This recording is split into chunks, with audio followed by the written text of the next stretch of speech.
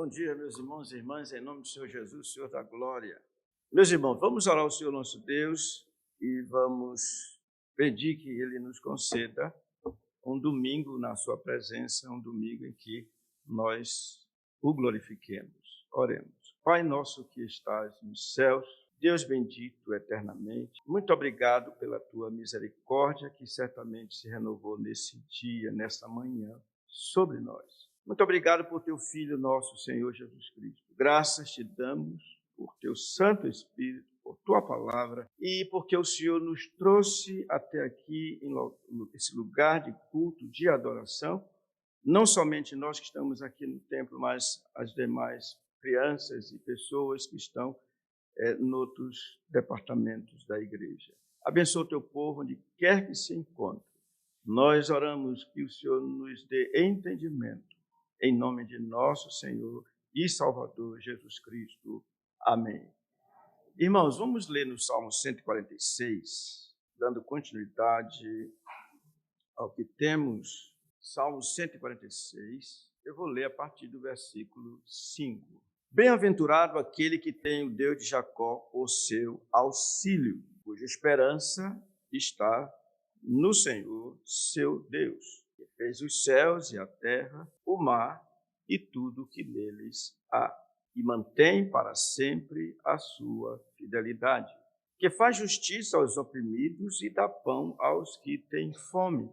O Senhor liberta os encarcerados, o Senhor abre os olhos aos cegos, o Senhor levanta os abatidos, o Senhor ama os justos no fidelíssimo Deus. Isso é visto nos versículos 5 a 9, que acabamos de ler, apesar de termos lido todo o Salmo, praticamente. Mas o que nós vimos nesses versículos 5 a 9? Nós vimos que já está aqui, hoje eu vou ficar realmente cheio de água mesmo. Mas o senhor não perdeu, deixa aí mesmo, depois, quando eu descer, eu tomo, por favor. Olha que coisa, tem dia que ele nem me lembra de mim, mas hoje tem água mesmo. Acho que vai ter 2 tempos para a gente tomar água. Muito obrigado, Diácono José Getúlio. Ore pelo Diácono José Getúlio. Ele está um pouquinho na minha frente de idade e tem algumas diferenças, variações pela saúde dele, né?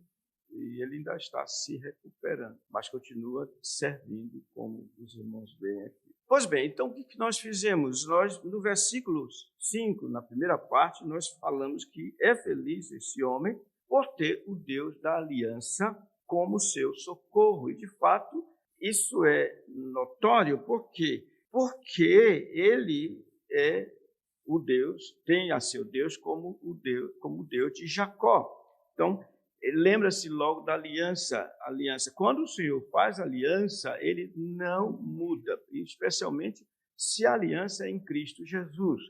E tendo a ele como a parte da aliança, a parte segura, aquele que faz aliança, então tudo ele realiza para cumprimento do seu acordo, do seu pacto, da aliança que ele faz com aqueles que andam nas pisadas da fé. Abraão, Isaac, Jacó e todos os demais homens e mulheres que creem no Deus da salvação, da sua salvação, à semelhança de Abacuque. Depois nós vimos que ele é feliz porque espera confiantemente no Senhor, porque diz assim, cuja esperança está no Senhor, seu Deus. E então vimos, irmãos, que ele é feliz porque ele crê ser Deus, o Criador e mantenedor da vida. Ora, o versículo 6 traz para nós uma referência a Deus que é fundamental para a nossa fé e confiança em Deus. Por quê? Porque ele diz aqui que ele fez os céus e a terra, o mar e tudo o que neles há e mantém para sempre a sua fidelidade. Isso, como vimos, é fundamental. Quem crê em Gênesis 1:1 não vai se abalar por qualquer coisa, porque sabe que ele sustenta o que ele criou, ele sustenta o universo. E seu Filho, sobretudo, dele se diz que ele sustenta todas as coisas. E sabemos que é ele quem faz com que tudo aconteça no tempo certo, não há uma bagunça naquilo que nós vemos em termos de criação, não há. Nós é que bagunçamos algumas coisas, mas as chuvas vêm, os ventos vêm, a neve vem, não sobre nós, evidentemente, mas vem o calor. Vocês pensam que ele está fora disso? Não, tudo o Senhor faz do seu tempo. Ele dá peixes, ele faz com que também cesse de se pescar, porque se deixasse, os homens tiravam tudo de uma vez só e nós não teríamos. Vocês já pararam para pensar, irmãos? Quantos anos, quantas décadas o Amazonas, o Rio Negro, o Rio Amazonas, o Rio Solimões produzem peixes? É impressionante, mas é porque o Senhor preserva todas as coisas e ele faz com que essas coisas cheguem até nós. Por isso que devemos amar os homens, porque para sermos semelhantes a ele, imitadores dele, porque ele faz chover sobre maus e bons e faz seu sol brilhar sobre justos e injustos, porque ele é fiel. Isso tem a ver com a sua fidelidade. Então, feliz o que pode, que crê que ele é o criador e mantenedor da vida. Em seguida, nós vimos que esse homem é feliz porque conhece as múltiplas facetas da fidelidade do Senhor. Vamos ler de novo o versículo 7 a 9, por gentileza, irmãos? Vamos lá? O que é que diz esse versículo? 7 a 9. Que faz justiça aos oprimidos e dá pão aos que têm fome. O Senhor liberta os encarcerados. O Senhor abre os olhos aos cegos. O Senhor levanta os abatidos, o Senhor ama os justos, o Senhor guarda o peregrino, ampara o órfão e a viúva, porém transforma o caminho dos ímpios. Quando chegamos aqui nesses versículos, quanto à sua fidelidade, por meio de quê? De variadas formas. Por isso que nós dizemos que ele é feliz porque conhece as múltiplas facetas da graça de Deus. E quanto a isso, agora nós chegamos, de fato, aonde praticamente paramos, nós vimos que ele, uma das facetas pela qual vemos a fidelidade dele, é que ele faz justiça aos oprimidos, ou seja, ele defende a causa dos oprimidos.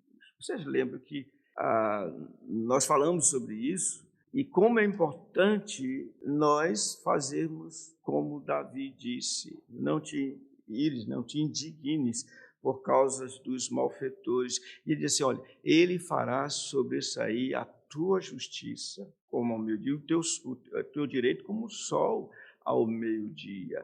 O Senhor, de fato, faz isso. E nós lembramos daquela parábola que Lucas contou, expôs, quando o Senhor trouxe aquela viúva que continuamente batia a porta do juiz, dizendo, julga a minha causa, julga a minha causa. E quando aquele homem, se vendo já aborrecido, ele disse, para que essa mulher não me moleste, eu julgarei a sua causa. E o Senhor aplicou a parábola dizendo, vê essa mulher, vê esse juiz que não teme a Deus, se ele resolveu fazer isso, muito mais vosso Pai cuidará, defenderá os seus, aqueles que o buscam confiantemente. Nós vimos também, irmãos, ainda sobre isso, que ele dá pão aos que têm fome. Vimos isso no domingo passado. Ou seja, ele alimenta o faminto. E vimos isso em dois aspectos. Nós falamos que primeiro, não que ele primeiro faz uma coisa primeiro, depois outra, não. Mas vimos que há na Bíblia dois modos de o Senhor operar para dar pão ao seu povo. O primeiro modo é o modo extraordinário. O segundo é o modo ordinário. Quando nós falamos da ação divina para sustentar o seu povo de modo extraordinário, lembramos de como Elias foi sustentado, como Elias recebeu alimento. Um corvo lhe dava pão e carne, ele tinha também água que saía daquele lugar de forma inusitada. Nós vimos antes de Elias mesmo como o Senhor sustentou seu povo no deserto no meio do maná. Não havia concorrência humana de hipótese alguma nos dois casos, para que a gente veja que Ele faz isso. Ele, de fato, sustenta o seu povo. Irmãos, se pensarmos que o nosso pão de cada dia, e aí é o modo ordinário, o pão de nosso de cada dia é Ele quem dá. Todas as vezes que nós sentamos à mesa, devemos agradecer. Mas o pão que está sobre a mesa é do meu salário que eu recebi, porque eu trabalhei durante todo o mês. Mas, irmãos, a gente pode fazer a compra. Nós temos o dinheiro, trabalhamos. Primeiro, a força não é nossa, o Senhor é quem nos dá a força. Nós compramos alimento, os alimentos estão lá na despensa, basta pegar e trazer, mas às vezes dá bolor no alimento. Ou vocês nunca tiveram surpresa de encontrar uma lata de leite, mesmo dentro da validade, estragada? Não? É Ele quem faz isso, então temos razão sim para dar graças a Ele por tudo que Ele nos proporciona. Casa, vestuário, Irmãos, imagina que bênção é ficar doente, mexer com alguém, e ter a assistência necessária. Duas coisas, a doença, que tudo vem dele, e a assistência. O senhor Jair Machado, posso? O senhor Jair Machado nunca imaginou que ele ia fazer uma ponte aérea Manaus-São Paulo. Como um negócio desse? Se você dissesse, senhor Jair, quando é que o senhor vai a São Paulo? Ele disse, eu vou daqui a uns 10 anos, eu vou juntar dinheiro para ir a São Paulo. Não, já vai lá e volta, e vai lá e volta, e tem assistência. Demora, mas isso tudo é didático, é para que se confie mais no Senhor, aprenda a perseverar, porque Ele é quem nos sustenta. Os meios ordinários, assim como fez Ele com Jó. Vocês lembram, irmãos? O Senhor tirou praticamente tudo de Jó. Me chama a atenção que Jó, que era rico, ficou pobre. Mas é nos dito no capítulo 42, depois que o Senhor restaurou a sorte de Jó, sabe como o Senhor fez Jó ficar rico de novo e tendo o dobro de tudo que tinha, até dos 10 filhos, todos os conhecidos de Jó se condoeram deles. Um trouxe dinheiro. O certo é que o Senhor usou pessoas de carne e osso para fazer Jó novamente ricos. E alguém diz assim, mas peraí, só nasceram 10 filhos dele. Sim, você já viu dizer que, você nunca viu dizer assim, o Senhor dizia a Moisés, eu sou o Deus de Jacó, de Abraão, de Jacó, de Isaac, de Jacó. Ele é Deus dos vivos. Quem disse que os filhos de Jó morreram, irmãos? Quem crê em mim, ainda que morra, viverá eternamente. Então, junte os 10 filhos de Jó, que fisicamente morreu, com os 10 filhos de Jó depois. E quantos filhos de Jó estão na glória hoje? Provavelmente os 20. Pois bem, por meios ordinários, o Senhor sustenta o seu povo, como já vimos. Hoje, vamos seguir adiante e vamos a quem liberta? Os encarcerados. Eu espero que nenhum de nós tenha essa experiência de ser preso, porque hoje, se alguém vai preso, não importa a causa, vão logo chamar de bandido, de ladrão, de assassino, e seja o que for. E é interessante que a imprensa, de forma hipócrita, ela expõe a foto da pessoa e diz assim, suspeito, fulano suspeito de assassinato, fulano suspeito de roubos, fulano suspeito disso. Mas, quando isso é exposto, não importa dizer que é suspeito. Toma-se isso como que é certo, mesmo que ainda não tenha sido julgado por quem de direito. Vocês já pensaram a fama de José no Egito? José, irmãos, é um exemplo muitíssimo especial de como o Senhor cuida dos seus. Vamos dar uma olhada em Gênesis. Vocês sabem que no capítulo 37 é nos dito que José foi preso, porque diz o versículo 18, quando colocaram ele, quando venderam para os irmãos, disseram assim: de longe o viram e antes que chegasse, conspiraram contra ele para o matar. Aí começou tudo aqui. E diziam um ao outro: vem lá o tal sonhador. Vinde, pois, agora matemo-lo e lançamos. Vocês estão acompanhando? Capítulo 37, versículo 20. Vinde, pois, agora matemo-lo e lancemo-lo numa destas cisternas, e diremos: um animal selvagem o comeu, e vejamos em que lhe darão os sonhos. Versículo 24. E tomando-o, lançaram na cisterna vazia, sem água. Meus irmãos, ele foi preso. E foi preso, capítulo 39, do registro de como ele foi, diz aqui, foi levado, versículo 1, foi levado ao Egito, a Potifar, oficial de Faraó, comandante da guarda. Lá José sofreu injustiça também. Ou seja, logo, ele era um jovem bonito, de grande porte, e diz o versículo 3, vendo Potifar que o Senhor era com ele, aliás, depois diz que ele era mordomo, e diz que a mulher sempre deu em cima dele. Mas eu quero chamar a atenção para o versículo 5, para vocês verem como o Senhor continuamente ele cuida até dos encarcerados, ainda que não esteja ele nesse momento encarcerado. Versículo 5 diz assim, versículo 4, logrou José mercê perante Potifar, a quem servia, e ele o pôs por mordomo de sua casa, lhe passou às mãos tudo que tinha. E desde que o fizera mordomo de sua casa e sobre tudo que tinha, leiam comigo esse restante do versículo 5, o Senhor abençoou a casa do egípcio por amor de José. A bênção do Senhor estava sobre tudo que tinha, tanto em casa como no campo.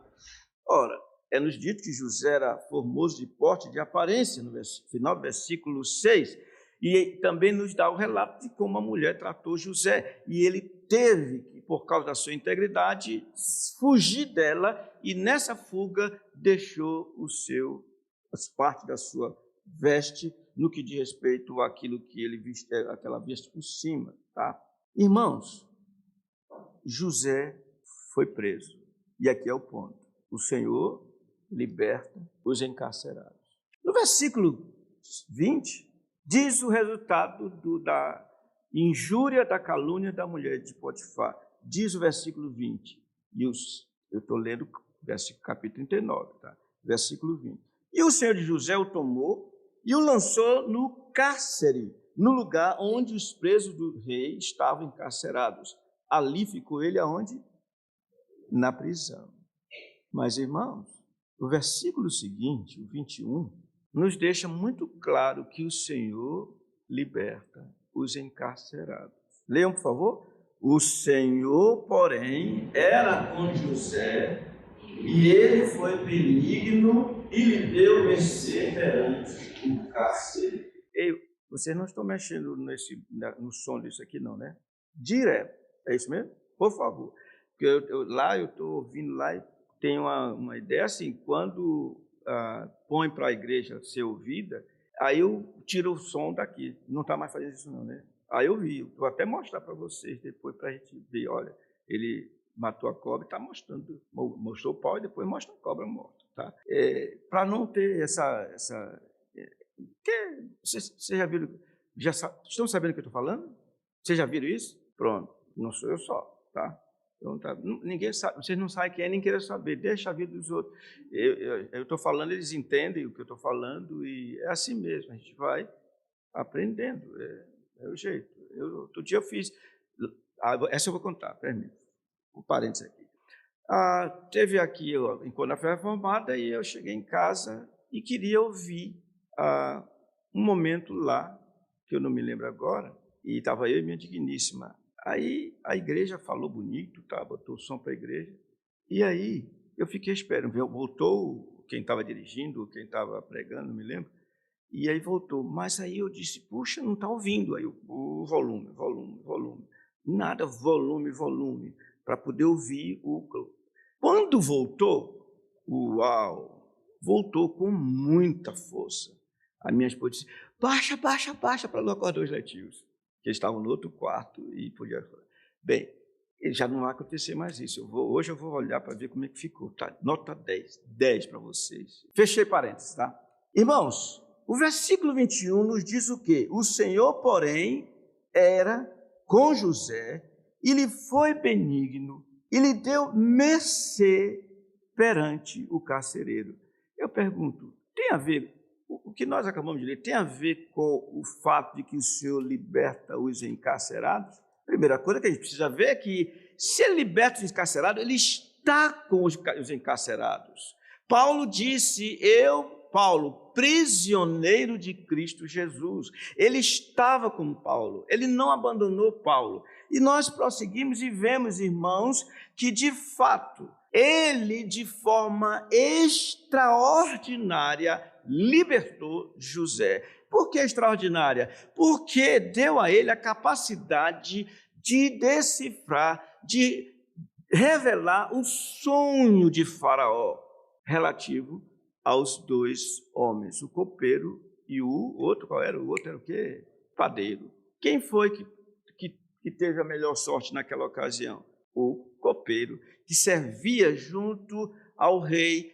E, irmãos, agora aqui para nós, eu vejo assim uma coisa muito interessante, que José, um homem extraordinário, um homem crente, mas como era filho, em parte, também era filho de Adão, José mostra um pouco de, eu vou usar a expressão, descuido e desconfiança, quando colocou a sua confiança nos homens. Vocês já viram isso? Vejam, versículo 8. Eles disseram a José, ou seja, os dois homens, tivemos um sonho, não há quem o possa interpretar.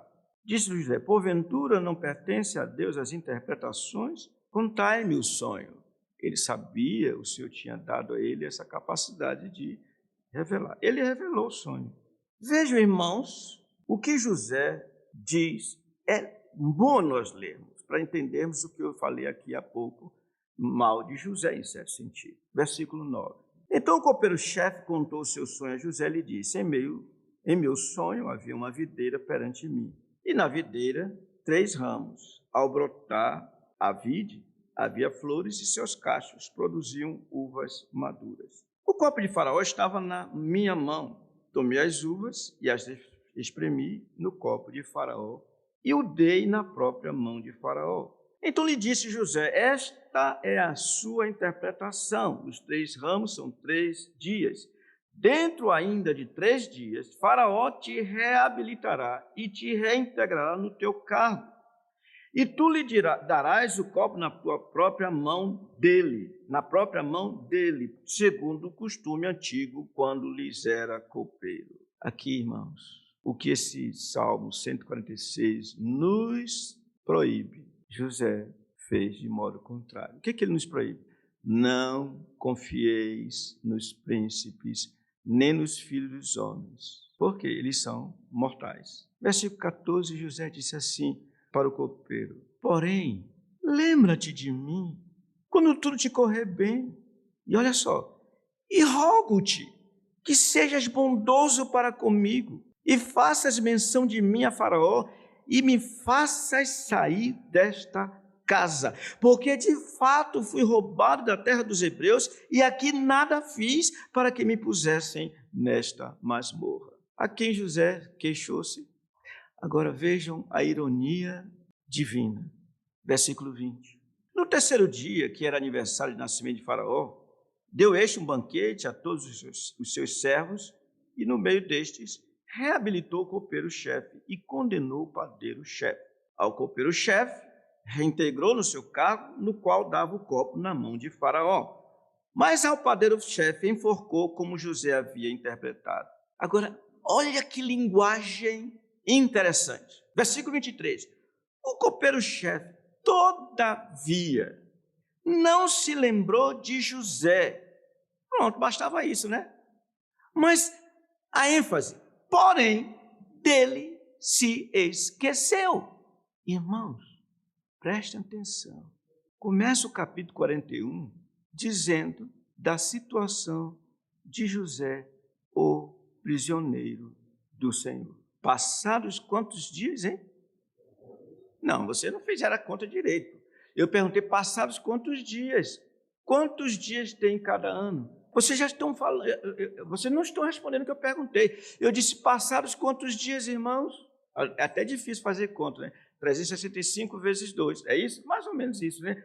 Passados 2 anos, aí para ninguém dizer assim, não, vai fazer. Não. Como? Leiam, irmãos. Versículo 1.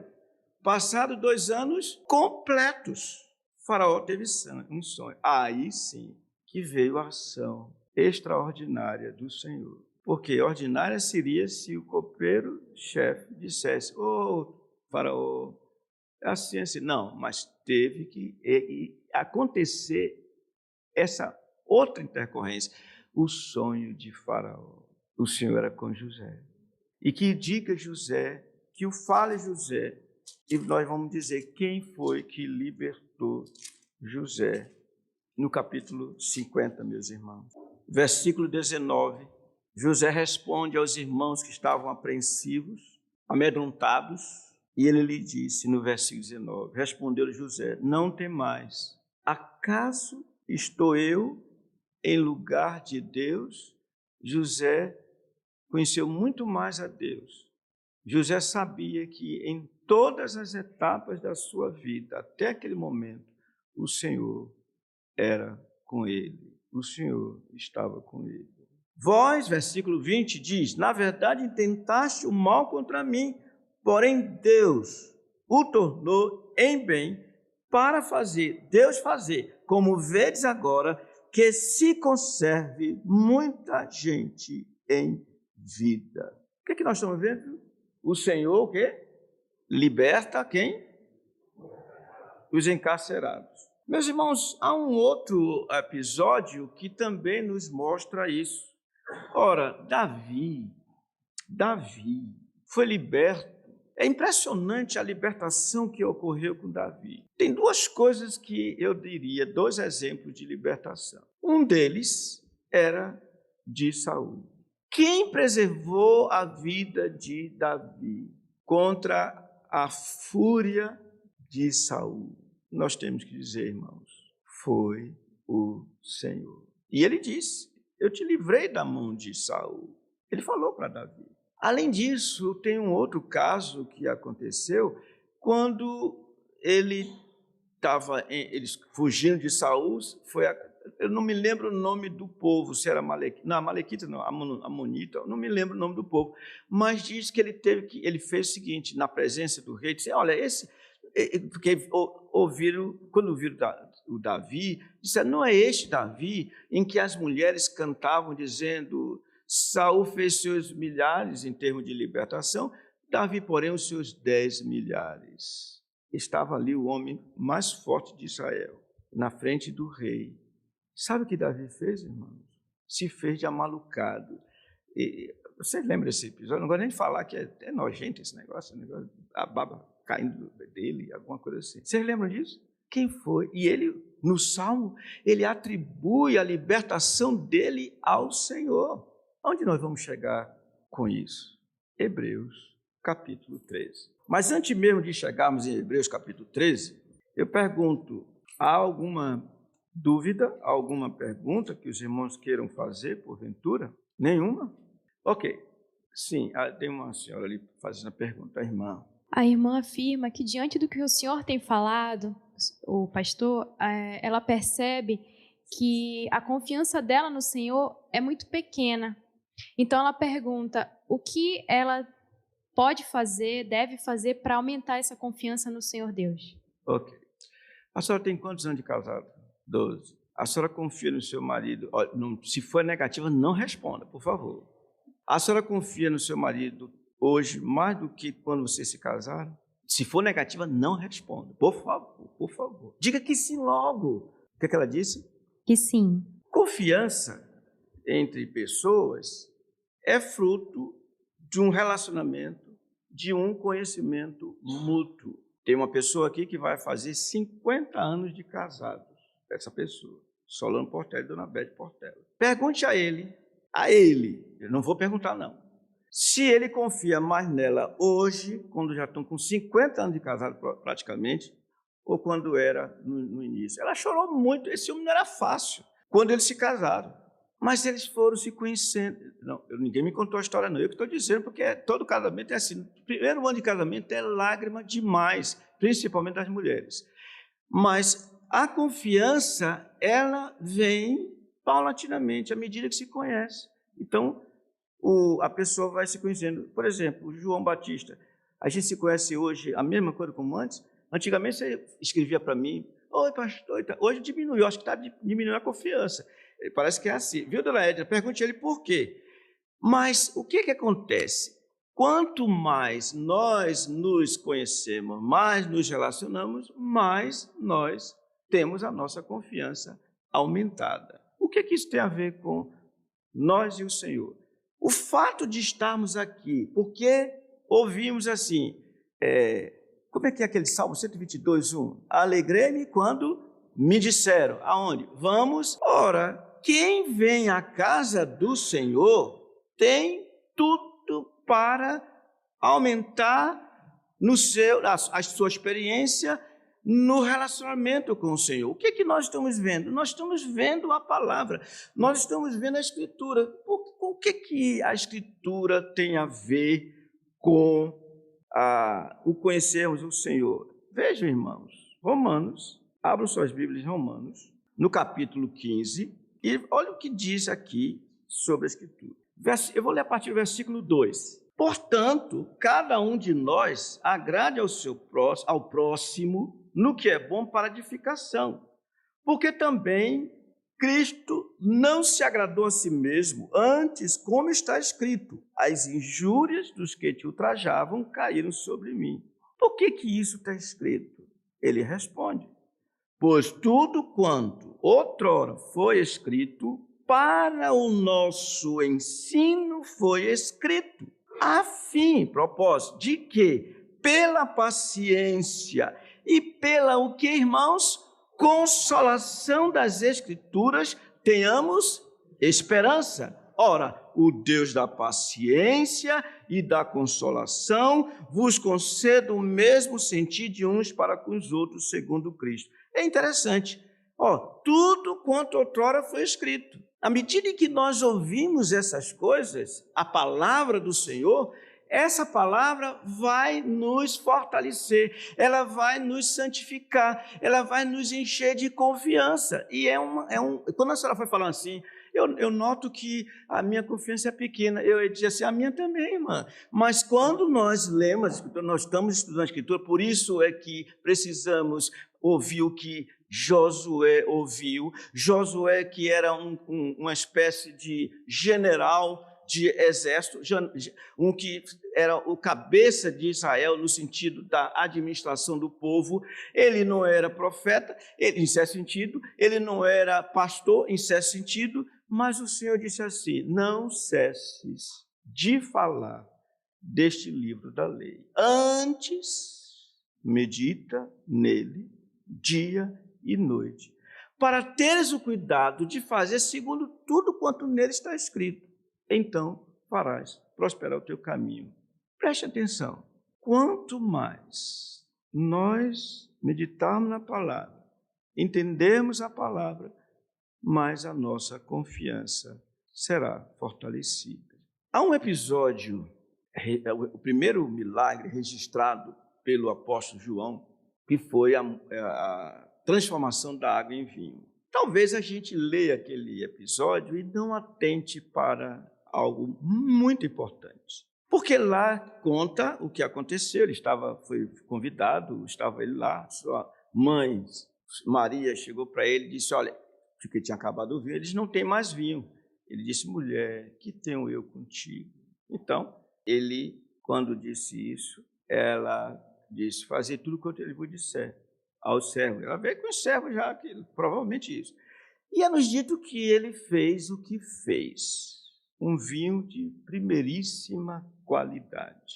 E lá no versículo 11 desse capítulo, acho que é 2 ainda, capítulo, não me lembro, capítulo 2, salvo engano, não me lembro.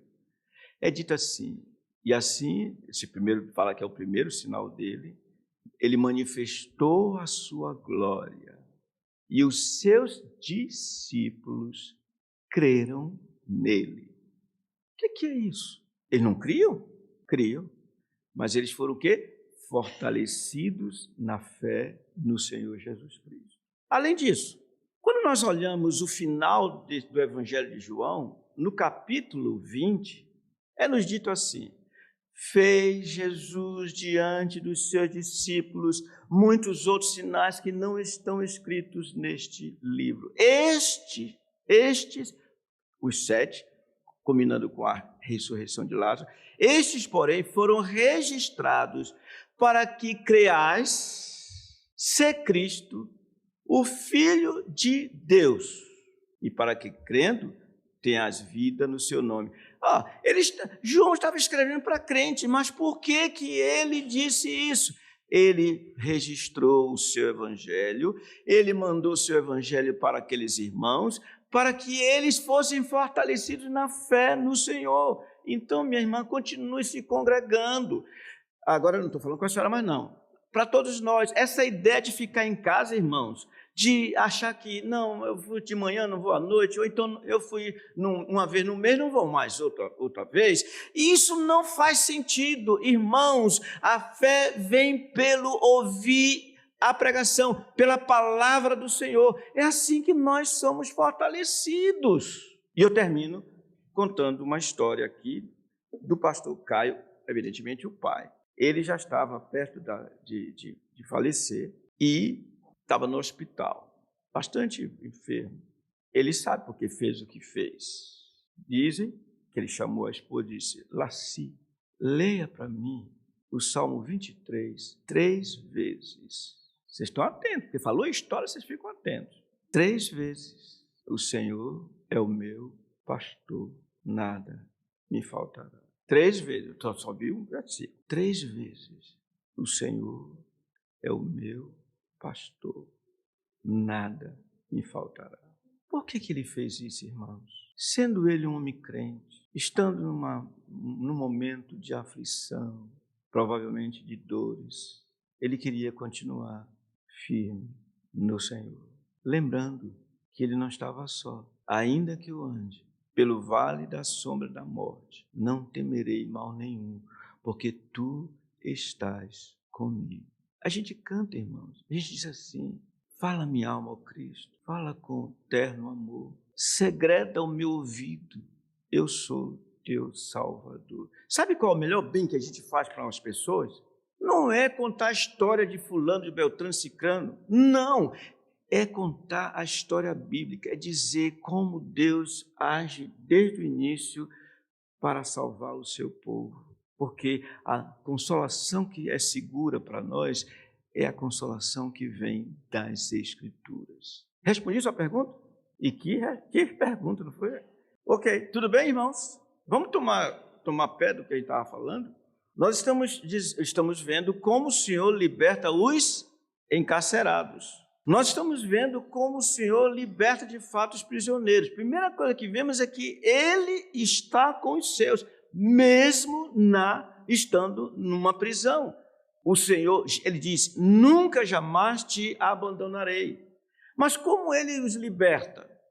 É isso que nós não sabemos como Ele liberta. Mas uma coisa é certa: Ele fará sobressair a tua justiça como o sol ao meio-dia. Isso é certo.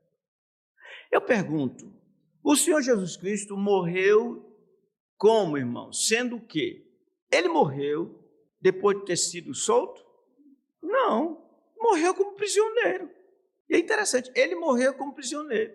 Mas há uma promessa de que todos vão testificar que ele era prisioneiro de Deus, como aquele centurião teve que dizer assim: este era verdadeiramente o Filho de Deus. Todo joelho se dobrará, toda língua confessará que Jesus Cristo é Senhor para a glória de Deus Pai. Ele liberta os encarcerados. Tudo bem? Alguma dúvida? Tem uma pergunta. Dona Helena, a senhora foi presa alguma vez, senhora? Pergunta da irmã de respeito à passagem "O Senhor liberta os encarcerados". Essa prisão se restringe à prisão terrena, material ou presídio, ou também a uma prisão espiritual, por exemplo, prisão no pecado ou outro tipo? Eu acredito que esse texto está falando de prisão mesmo. Prisão mesmo. Ainda que ele nos liberte das nossas prisões que nós mesmos construímos tantas vezes. Mas eu creio que ele está falando de prisioneiro mesmo. E já trouxe o exemplo de José, trouxe o exemplo de Davi, falei de Paulo que disse: eu sou prisioneiro no Senhor e do Senhor. E é isso mesmo. Inclusive, nós vamos terminar, se eu esquecer, você me avisa, nós vamos terminar mostrando como ele se agrada de que nós tenhamos consideração. Vou repetir. Como ele se agrada de nós termos consideração pelos presos, pelos encarcerados. Vou fazer uma pergunta. Alguém aqui já visitou preso, literalmente falando, na cadeia? Não precisa... perdi, eu disse, não precisa dizer não. Mas é um pensamento. É a última gente que a gente se lembra. E aqui, eu disse que ia ler Hebreus 13, já estou aqui para mostrar para vocês o que o Senhor diz no versículo 3. Hebreus 13, 3. Lembrai-vos dos encarcerados como se presos com eles, dos que sofrem maltratos, como se com efeito eles mesmos em pessoa fossem os maltratados. É interessante quando ele diz assim, nesse mesmo capítulo 13, no versículo 23, para você mostrar, vejam quem são esses presos. Versículo 23, ele diz assim: notifico-vos que o irmão Timóteo foi posto como, aonde? Em liberdade. Com ele, caso venha, logo vos verei. Timóteo, um homem de uma estatura espiritual tão grande, era também alguém que sabia o que é ser preso. Agora voltemos aqui. Lembrai-vos dos encarcerados como se presos com eles. Meus irmãos, eu quero tirar uma certa dúvida que porventura esteja na mente de alguém. Irmãos, não sejamos rápidos, ligeiros, para condenarmos as pessoas. Vez por outra, eu leio relatos de pessoas que passaram anos a fio presos e que finalmente foi constatado que o seu julgamento foi injusto e a pessoa era inocente. Eu já tive a oportunidade de assistir uns 3 a 4 filmes que vêm de fatos da realidade. Eu até recomendo que se vejam esses filmes. E é duro, a questão é dura. Irmãos, se nós não formos testemunhas oculares, não tomemos o que se diz de determinadas pessoas como sendo a verdade absoluta, até que se julgue no fórum legítimo, até que se julgue no lugar certo. Não sejamos pegos pelo Senhor agindo de forma apressada e condenando as pessoas. O Senhor disse na sua palavra: não condeneis, para que não julgueis, para que não sejais julgados. A ideia de esse não julgueis é de condenar mesmo. Ele diz: primeiro você tira a trave do teu olho. Assim, agora sim, hipócrita, tira a trave do teu olho, olha para a tua vida. Depois que você tirar a trave do olho, você estará em condições de assistir e tirar o cisco do olho do teu irmão, porque o que ele fez é muito menor do que você sabe que você fez e está fazendo. Tira, hipócrita, a trave do teu olho. Vocês estão entendendo? Estão entendendo? Então, A gente precisa ter cuidado. Lembrai-vos dos encarcerados, como se presos com eles. Paulo foi preso, Timóteo foi preso, José, como vimos, foi preso. Nosso Senhor Jesus Cristo foi preso. E toda uma nação, evidentemente, no sentido de muita gente, acreditava que ele era de fato um malfeitor. Até hoje os judeus chamam-no de impostor. Isso deveria chegar para nós, irmãos, para termos cuidado. E quem fala com vocês é alguém que sofreu na pele, não sendo encarcerado, mas injustiçado, caluniado aqui nessa igreja. Temos que ter cuidado.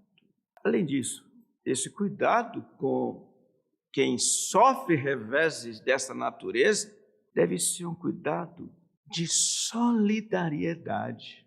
Irmãos, quando nós ouvimos falar de alguém que morreu, devemos ter cuidado para sentir a dor dos familiares. Hoje, aliás, ontem, faleceu a dona Raimunda Farias. Vocês já não conhecem mais, ela não vinha mais à igreja há muito tempo. O Solano conhece. Faleceu o seu Francisco Monteiro no domingo passado, domingo para segunda. Lembremos da família, a dor que é isso. E terminemos lendo Mateus, capítulo 25, versículo 31.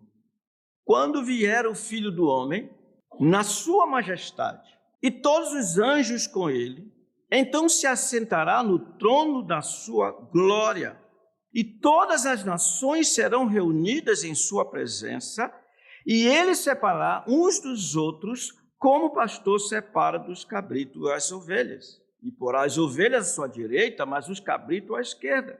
Então dirá o rei aos que estiverem à sua direita: vinde, benditos de meu Pai, entrai na posse do reino que vos está preparado desde a fundação do mundo. Veja, irmãos, como ele vai falar de coisas que aqueles que foram aperfeiçoados no amor fizeram. Porque, versículo 35, tive fome e me deste de comer, tive sede e me deste de beber, era forasteiro e me hospedastes, estava nu e me vestistes, enfermo e me visitastes, preso e fostes ver-me. Então perguntarão os justos: Senhor, quando foi que te vimos com fome e te demos de comer, ou com sede e te demos de beber? E quando te vimos forasteiro e te hospedamos, ou nu e te vestimos? E quando te vimos enfermo ou preso e te fomos visitar? O rei respondeu lhe dirá: em verdade vos afirmo que sempre que o fizestes a um destes meus pequeninos irmãos, a mim o fizestes. Irmãos, eu estou tomando a Bíblia para dizer que o Senhor requer de nós que amemos a todos os homens, indiscriminadamente. Quando ele nos manda orar em favor dos reis e dos que se acham investidos de autoridades e por todos os homens, é porque lhe agrada, porque ele quer que nós oremos por essas pessoas para que vivemos vida tranquila e mansa. Ele quer que nós olhemos para os homens não com o ódio que nosso país experimentou e tem experimentado até hoje, mas com os olhos do Senhor, que tem compaixão dos homens. Ainda que esse texto que eu estou lendo aqui, quando ele diz assim o fizer, quando fizeste a um desses meus pequeninos irmãos a mim o fizeste, não está dizendo que isso aqui que é todos os homens, mas os seus fiéis. Então, irmãos, agora aplico a todos, devemos lembrar dos encarcerados como se presos com eles.